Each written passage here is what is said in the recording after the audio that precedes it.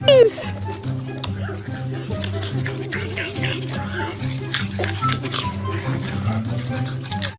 Ukimaja, ukimaja, ukimaja, ukimaja, ukimaja. Come here. Okay, this.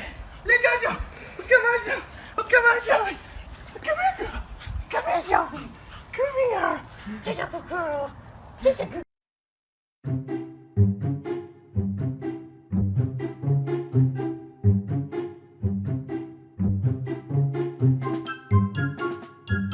Missy? Into the thick of Do it. not. Into the thick of it. Out. Oh. Out. Right now. Missy? Missy! Out of the flowers. Out of the flowers. Out. Out of the flowers. Legal.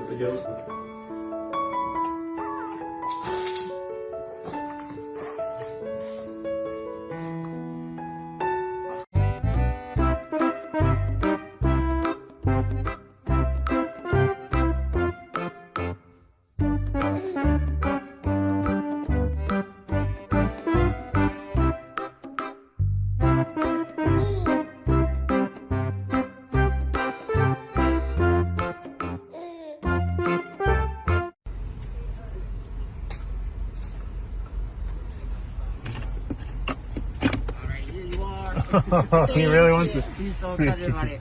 There you go.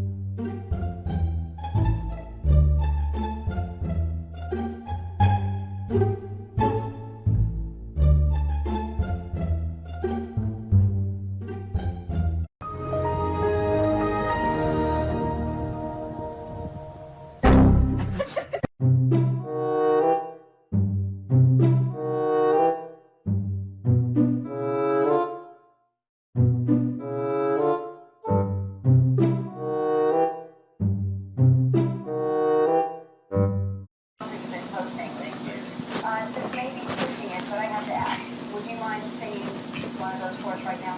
Oh, why not? Ellen, they're right there. Go.